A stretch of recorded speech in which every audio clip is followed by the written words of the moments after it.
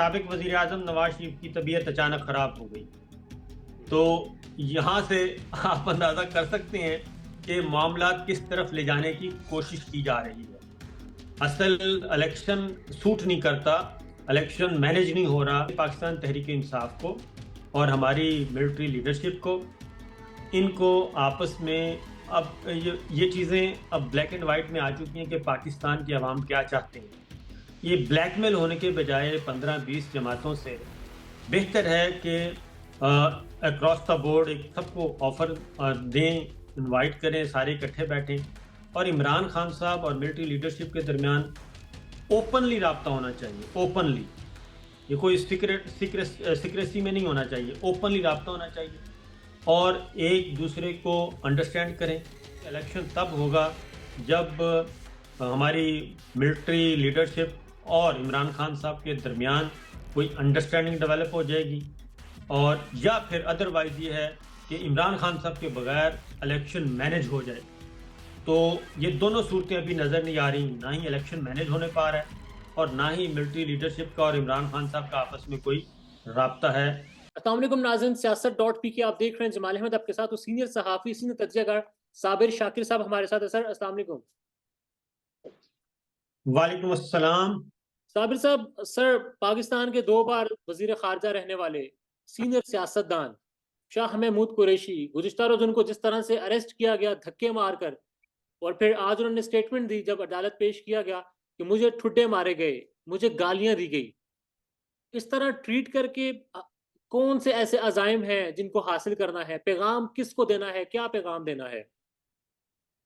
एक तो पैगाम तो अपनी जगह, पहले ये जो ठुड्डे मारे हैं, कल जिस तरीके से शाह महमूद कुरैशी साहब को जेल से उठाया है और वो भी इंतहाई जूनियर पुलिस अफसरों ने, और बल्कि उठवाया गया है वो, और फिर आज शाह महमूद कुरैशी साहब का स्टेटमेंट अदालत के सामने जी। और अंडर ओथ, ये बेसिकली तो सुप्रीम कोर्ट ऑफ पाकिस्तान को ठुड्डे मारे गए हैं। ये सुप्रीम कोर्ट ऑफ पाकिस्तान को लाते मारी गई हैं। ये उनको रुलाया गया है, उनको रुस्वा किया गया है। ये सुप्रीम कोर्ट को असल में आला तरीन अदालत को ये मैसेज दिया गया है कि हम किसी के भी फैसले को नहीं मानते, हमारे लिए कोई फैसला अहमियत नहीं रखता, हम वो करेंगे जो हमें हुक्म मिला है। वरना क्या मजाल है कि एक कल शाह महमूद कुरैशी साहब जेल के अंदर खड़े होकर वो बता रहे हैं, तीनों पुलिस अफसरों का नाम लेके कह रहे हैं कि आप मेरे साथ कोई गलत काम नहीं कर सकते, कोई गैर कानूनी काम नहीं कर सकते। लेकिन इसके बावजूद वो तीनों पुलिस अफसरों ने खुसर फुसर की आपस में और उसके बाद फिर हल्ला बोल दिया।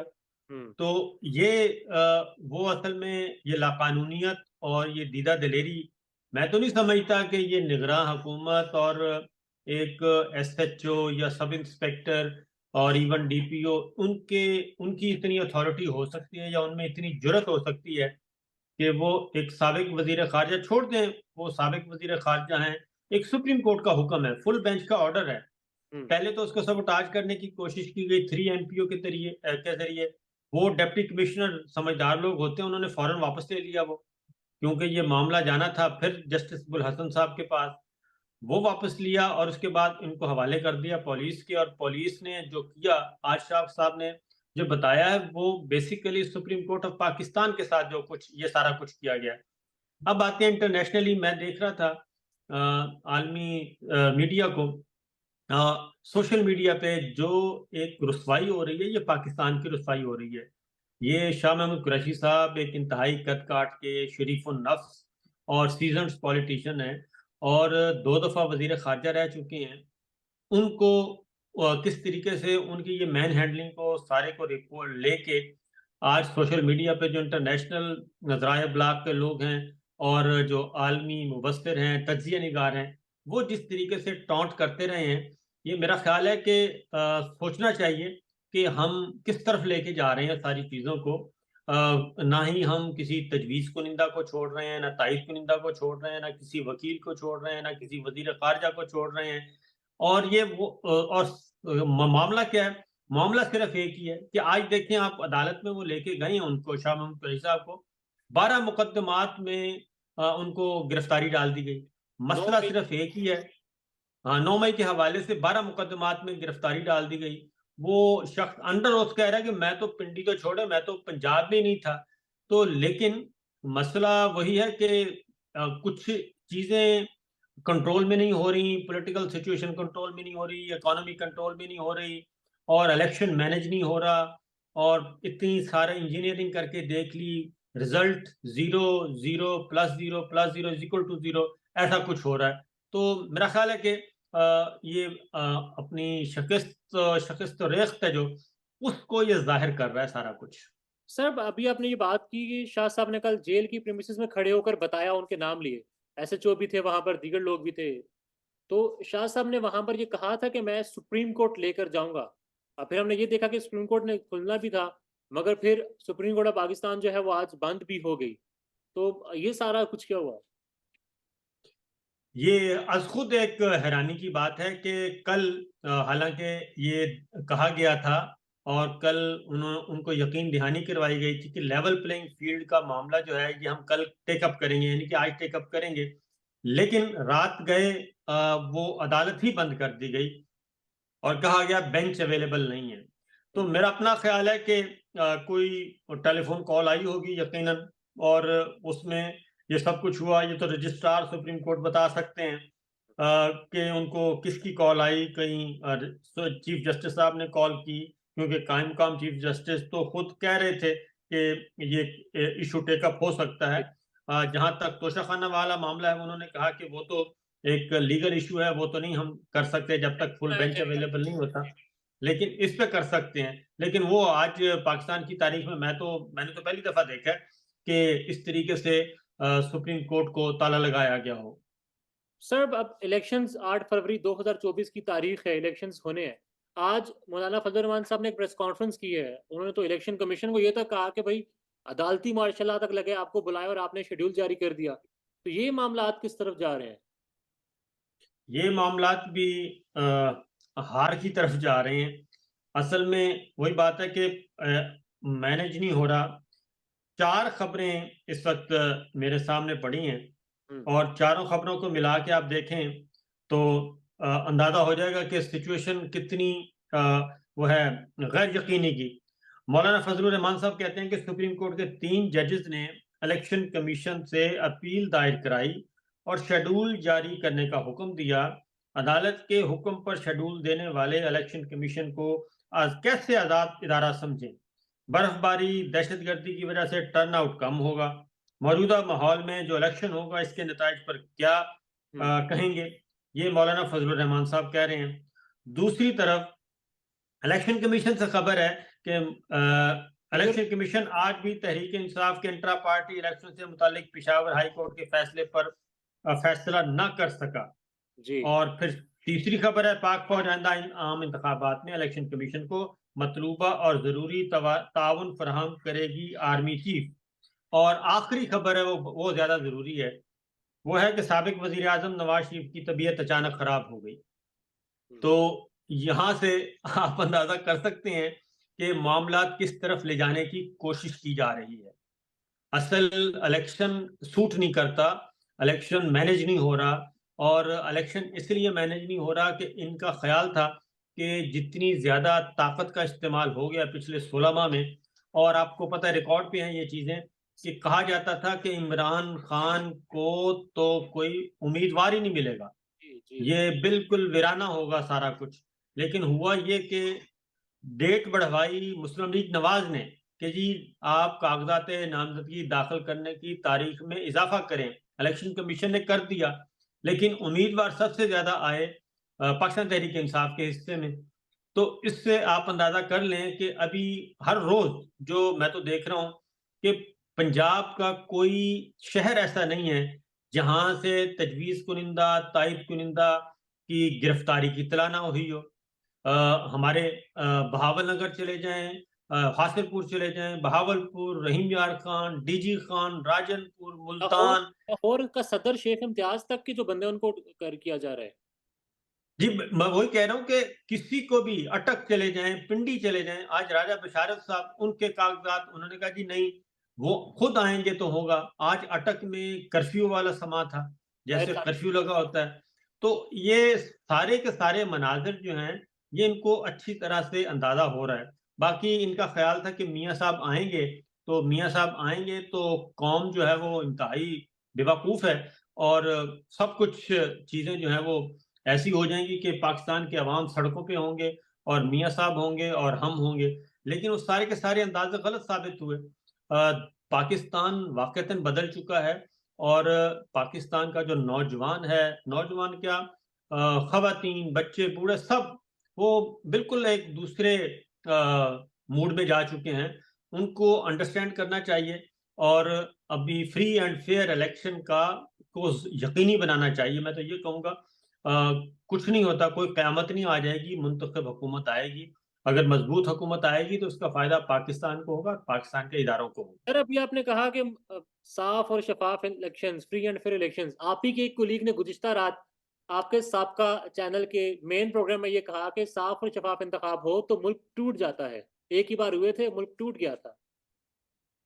मुल्क टूटा इसलिए था कि आप पहले तो ये हुआ कि इंतखाबात पहले तो करवाए नहीं जा रहे थे। इंतखाबात करवाए तो इलेक्शन के नताइज तस्लीम नहीं किए जा रहे थे। इलेक्शन के नताइज तस्लीम किए जाते और फिर अक़लियत को अक्सरियत पर मुसल्लत करने की कोशिश की गई। यानी कि जो जीता उसको कहा गया कि हम आपको इक़्तिदार नहीं देते। शेख मुजीब ने जो आखिरी मुलाकात की जनरल याहिया से, उसमें उन्होंने कहा कि मैं मुत्तहिदा पाकिस्तान के रहनुमा के तौर पे आपके पास आया हूँ। लेकिन उनको बजाय इसके कि उनकी बात सुनी जाती, उनको जेल में डाल दिया गया। इलेक्शन के नताइज मुल्क टूटता है जब आप अपने ही अवाम पे गोली चलाते हैं, लाठी गोली की सरकार के ज़रिए उसको हैंडल करने की कोशिश करते हैं। क्योंकि मुल्क जो टूटा है उसके पीछे 11 साल का मार्शल लॉ था और उसके बाद फिर 2 साल का मार्शल लॉ जनरल याहिया का था और उसके बाद इलेक्शन के नताइज को तस्लीम ना करना था। अगर शेख मुजीब को इक़्तिदार दे दिया जाता अवामी अवामी लीग को, जो कि जमात जीती थी, तो मुल्क कभी भी ना टूटता और मुल्क सलामत रहता। तो इस सर नून लीग के कैंप से नून लीग के कुछ लोग, उनके कुर्बत में रहने वाले कुछ लोग, उनके करीब समझ जाने व्लॉगर्स अब ये तासुर या फिर ये बयानिया बनाने की कोशिश कर रहे हैं। इस बात पर एक प्रेशर दे रहे हैं कि जो कुछ टिकटें ज्यादा जमा करवाई कागजात नामजदगी पीटीआई वालों ने, प्लानिंग चकवाल में बनी थी, प्लानिंग उधर बनी थी, फिर से बयानिया बन रहा है क्योंकि नवाज शरीफ साहब तो एहतसाब वाले बयाने से हट चुके हैं, वोट गिजे तो बिल्कुल साइड पे हो गया। देखिए, इसमें मसला ये है कि जब कोई चीज़ आपके पास ना रहे सॉलिड और जब आपके पास दलील ख़त्म हो जाए, तो दलील ख़त्म होने के बाद फिर यही है कि इल्ज़ाम लगा दें। अगर अगर अगर ये बात मान लें, बिलफ़र्ज़ मान लेते हैं, तो फिर तो ये सारे जितने भी हैं, सारे सिस्टम को फ़ारिग करके उनको कहना चाहिए, उनकी मिन्नत करनी चाहिए, अहले चकवाल की। उनकी मिन्नत समाजत करनी चाहिए कि आएँ जी आप आके मामलात को ठीक करें। तो ऐसा है नहीं। ये सारे अंदाज़े जो पहले दिन से इनकी मिसकैलकुलेशन है ही ये कि ये बार-बार वो कहते हैं कभी बाजवा की तरफ चले जाते हैं, जनरल बाजवा की तरफ, कभी जनरल फैज़ की तरफ, कभी किसी की तरफ, कभी रिटायर्ड जर्नैल नहीं आने दे रहे, कभी हाज़िर सर्विस जर्नैल नहीं आने दे रहे। ये इस तरह की हरकतें करते हैं। मेरा अपना ख़्याल है कि जो जेल में बैठा है शख्स कैदी नंबर 804, आप बाकी बातें छोड़ें, क्या वो मलकू जो हैं उनको भी उन्होंने कहा था कि ये गीत गाएँ और वो सॉन्ग जो है वो मेरा ख़्याल है कि 15 मिलियन तक चला गया है 3 हफ्तों में। ट्रेंडिंग में 3 हफ्तों में 15 मिलियन क्रॉस कर चुका है। तो क्या ये सारी चीज़ें ये मैनेज हो रही हैं? यही इनकी असल में मिसकैलकुलेशन ही ये है, हकीकत से आँखें चुराने का इनके पास कोई और ऑप्शन है ही नहीं कि हकीकत से आँखें चुराई जाएँ और कहा जाए कि जनाब जो फलाँ ने कर दिया, ये फलाँ ने कर दिया। असल मामला है कि पाकिस्तान के अवाम 75 साल में जो कुछ उनके साथ हुआ, वो अब उसको रिपीट नहीं करना चाह रहे। बुनियादी बात ये है और पहले होते थे 2 अखबार और एक तीसरा 3 अखबार होते थे टोटल, उनकी थी मोनोपोली और उस मोनोपोली को ख़त्म किया प्राइवेट टीवी चैनल्स ने आके और उस प्राइवेट टीवी चैनल्स को जब उनकी मोनोपोली उन मोनोपोलिस्ट को खत्म किया सोशल मीडिया और डिजिटल मीडिया ने। ये कल तक ये यूट्यूबर एक गाली थी। जी। ये एक गाली के तौर पे इस्तेमाल किया जाता था, यूट्यूबर है जी ये तो जर्नलिस्ट है ही नहीं। तो वही उसने रिप्लेस कर दिया उस सारे मेन स्ट्रीम मीडिया को, और अब सारी की सारी जो है व्यूअरशिप और सारे के सारे लोग जो हैं वो आ गए हैं डिजिटल मीडिया पे और सोशल मीडिया पे। और अब हर जर्नलिस्ट, अब जर्नलिस्ट छोड़ें, अब हर शहरी जिसके हाथ में स्मार्टफ़ोन है, उसकी आवाज़ है। वो अपनी आज़ादी को इस्तेमाल करता है, अपने हक को इस्तेमाल कर रहा है, और एक्सेस ऑफ इन्फॉर्मेशन जो है वो उसके हाथ में है, जी। उसको कोई ज़रूरत नहीं है। इसलिए आप कंपैरिज़न कर लें, अपने अभी जाएँ 5-7 टीवी चैनल्स की, देखें कि व्यूअरशिप कितनी गिर गई है। और वो सिर्फ़ इसलिए गिरी है कि वहाँ पे सिर्फ़ सरकारी सच और सरकारी झूठ बोला जा रहा है, और इसके अलावा कुछ और बोलने की इजाज़त नहीं है। तो लोग तो इतने बेवकूफ़ नहीं हैं कि वो सरकारी सच और सरकारी झूठ बैठ के सुनें और बाकायदा तौर पे इह्तमाम करके सुनें। तो उनके पास मौजूद है एक्सेस, सोर्स ऑफ इन्फॉर्मेशन मौजूद हैं, आज और वो उन इंतकाल उनको से टूल्स को इस्तेमाल करते हैं। अच्छा सर, आपका बड़ा वसी तजर्बा है मीडिया की इस फील्ड में। अभी कुछ रोज़ पहले सनम जावेद खान के फादर कागज़ात जमा करवा रहे थे उनकी, उसको पीटीवी पर कवरेज दी गई। मेहरबानो कुरैशी साहिबा जो हैं, उनको तमाम चैनल्स पर दिखाया गया। अब क्या एक नया तरीका आज़माया जा रहा है कि कंप्रोमाइज़्ड शो किया जाए इन लोगों को जो कि डट कर खड़े रहे हैं अपनी जमात के साथ, पाकिस्तान तहरीक-ए-इंसाफ के साथ और इमरान खान के साथ? ये पुराने हरबे हैं इनके। मसला ये है कि कहा जाता था जी चौधरी परवेज़ इलाही साहब, तो सवाल ही पैदा नहीं होता, हुँ। और ये इमरान खान साहब को धोखा देंगे। वो शख्स जो है 78 साल उम्र है, वो जेल में मौजूद है, उनकी तमाम ख़वातीन और हज़रात बच्चों पे मुकदमात हैं, वो भुगत रहे हैं। तज़लील की उसके गई। बाद शाह महमूद कुरैशी साहब के बारे में भी यही कहा गया। वो भी अब तक उन्होंने फिर कहा गया कि जी वो वादा माफ़ गवाह बन गए हैं। ये भी कहा गया, ये खबरें चलाई गई कि जी वादा माफ़ गवाह बन गए हैं। वो शख्स भी जेल में मौजूद है और नहीं उनको रिहा किया जा रहा, और फिर बाकी हमने खुद देख लिया जो कल हुआ। अब ये जो मामला है मेहर बानो का हो या शाह महमूद कुरैशी साहब का हो, चौधरी परवेज़ इलाही साहब का हो, और फिर सनम जावेद वाला मामला हो, ये बेसिकली कन्वे मैसेज कन्वे करने की कोशिश करते हैं कि देखें जी, वो आपने जावेद लतीफ़ साहब को सुना होगा कि रिटायर्ड लोग हैं कुछ हुँ। जो ये गड़बड़ कर रहे हैं। वो भई कभी आप रिटायर्ड लोगों को कहते हैं, कभी सर्विंग को कहते हैं, कभी मीडिया पे डाल देते हैं, कभी कुछ पे डाल देते हैं। तो ये अज़ खुद पूरी दुनिया में इस वक़्त तमाशा बना हुआ है, पाकिस्तान जो है। और खदीजा शाह के साथ हमने क्या किया? और तमाम इधर से ज़मानतें होती हैं, उधर से उनको 3 एमपीओ के तहत या फिर किसी और मुकदमे में दूसरे सूबे में भेज दिया जाता है। तो ये कन्फ्यूज़न तो ज़ाहिर है फैलाई जाएगी और की जाएगी। और सर एक तरफ खिज़ा शाह हमारे सामने है, जेलें भुगत रही हैं, आज उनको रिहाई भी मिली, बरी करने का कहा गया। और दूसरी तरफ बज़ाहिर नूरीन भी रो रही है, बार-बार बताया जा रहा है नूरीन जो है वो रोई जा रही है।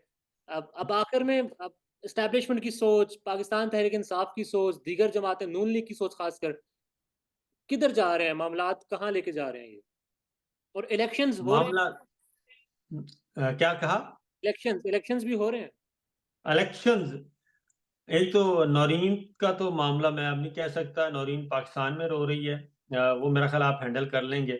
और दूसरा जो है इलेक्शंस का मामला, ये बाकी नून लीग क्या कहती है, फलाँ क्या कहता है, बेसिक है कि इस वक़्त जो बैलेंस ऑफ पावर है, वो बिल्कुल ख़राब हो चुका है। हुँ। जो इलेक्टेबल्स जिनके ज़रिए पॉलिटिकल सिस्टम को कंट्रोल किया जाता था, वो इलेक्टेबल्स भी ज़ीरो हो चुके हैं। अब उन इलेक्टेबल्स के पल्ले भी कुछ नहीं रहा। तो एक ही रास्ता, एक ही तरीका है, इलेक्शन कब होंगे? इलेक्शन होने चाहिए, फ्री एंड फेयर होने चाहिए, और पाकिस्तान के अवाम को मुकम्मल आज़ादी होनी चाहिए। वो आएँ, अपने मुंतख़ब नुमाइंदे लेके आएँ, और अगर इलेक्शन फ्री एंड फेयर होते हैं, तो एक तगड़ी हुकूमत आएगी, हुँ। और तगड़ी हुकूमत आएगी तो स्टेबिलिटी भी आएगी, उसको फ़ैसले करने में आज़ादी होगी, और वो मुश्किल तरीन फ़ैसले भी कर लेगी और लोग उसको कबूल भी कर लेंगे। एक्सेप्ट करेंगे कि ये हमारी भलाई के लिए ये सब कुछ कर रहे हैं।